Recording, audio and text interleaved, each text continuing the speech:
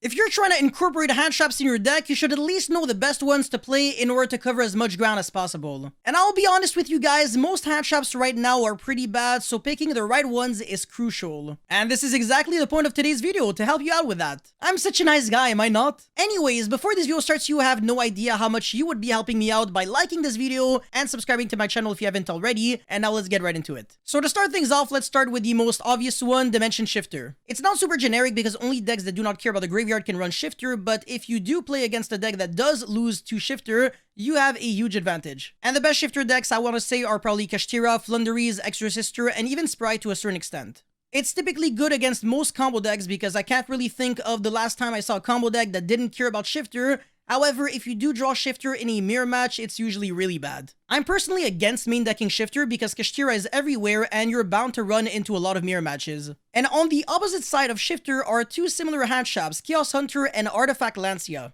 Shifter hurts graveyard-based strategies, and Chaos Hunter and Artifact Lancia are pretty much the exact opposite. They hurt decks that really like to banish. But again, none of them are really worth main decking because they're really bad against decks that do not really run Shifter, so therefore they're better off in the side deck. One cool thing about Chaos Hunter is that it can be accessed with Muckraker from the Underworld, and Artifact Lancia can be summoned off of Artifact Dagda or Artifact Sanctum. And if you are playing a graveyard-based strategy and you do happen to get hit by Shifter, you can use Artifact Lancia or Chaos Hunter to unshifter yourself in a way. The reason for that is because when you're using a card that says cards cannot be banished, it always overrides a card that says cards sent to the graveyard are banished instead. It doesn't really care which one resolved first. Oh, and also Artifact Lancia can be used on your opponent's standby phase to prevent them from using cards like Pot of Extravagance or Pot of Prosperity, which is pretty good against trap decks. Alright, now how about Ghost Reaper and Winter Cherries? How good really is it? This card is interesting because it's either extremely good or catastrophic. And against Kashtira, it's actually quite bad, and the reason for that is because whatever card you banish, if it's a Kashtira monster, they can always recycle back by banishing Papillas.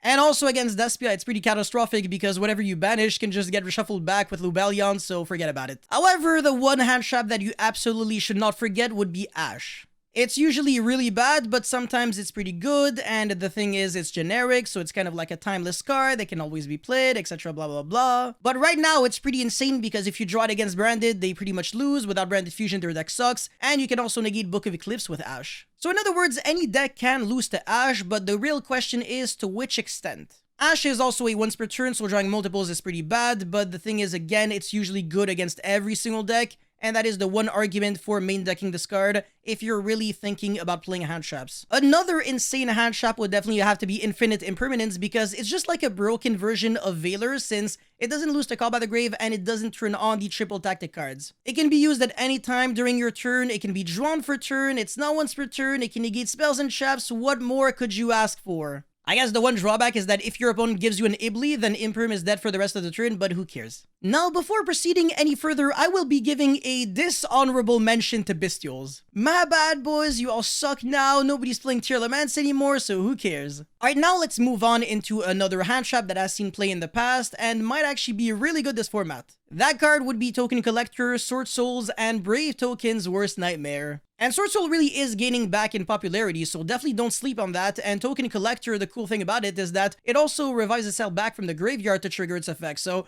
you can foolish discard from the deck to the grave, which is really easy in a deck like Labyrinth because it's a fiend, and you can also use it as an Xyz material, link material, whatever. But yeah, it could be pretty good against Kashtira because some builds are playing the Brave Token engine, and you can punish them real hard with one single Token Collector. Finally, I'll be covering what I believe might be one of the most interesting hand traps of the format. If you use this hand trap correctly, you can go really far, but if you use it incorrectly, you can actually neg yourself. The card that I'm talking about is none other than good old Psy-frame Girigama. It's interesting because going second against the Kashtira board, it might be enough to break the whole board on its own. Your opponent is always using monster effects on your own turn while you control no monsters because some of them are mandatory like Arise Heart, so that you can negate and destroy the Arise Heart and then summon Gamma and Driver and threaten more interruptions because you're going to be going into a level 8 synchro if that goes through. Therefore, it also baits out the Fenrir so that if your opponent only has like, Arise Heart, Fenrir, and Shangri-La, well, one single Gamma It actually makes your opponent lose a bunch because if you can Gamma the Arise Art, then you're going to be threatening the Fenrir because otherwise you're going to be... So with one single Gamma, you can actually make them lose the Arise Art, which is really relevant because it's a Macrocosmos and a quick effect banish, and also you make them lose the Interruption of Fenrir, and on top of that, you still have either Gamma or Driver on your field. All of that with one single card. Ridiculous. But honestly, I would never use this card on my opponent's turn because it could turn on Triple Tactic Talents and Triple Tactic Tasking. So that basically means that going second, you actually have to use your brain to win.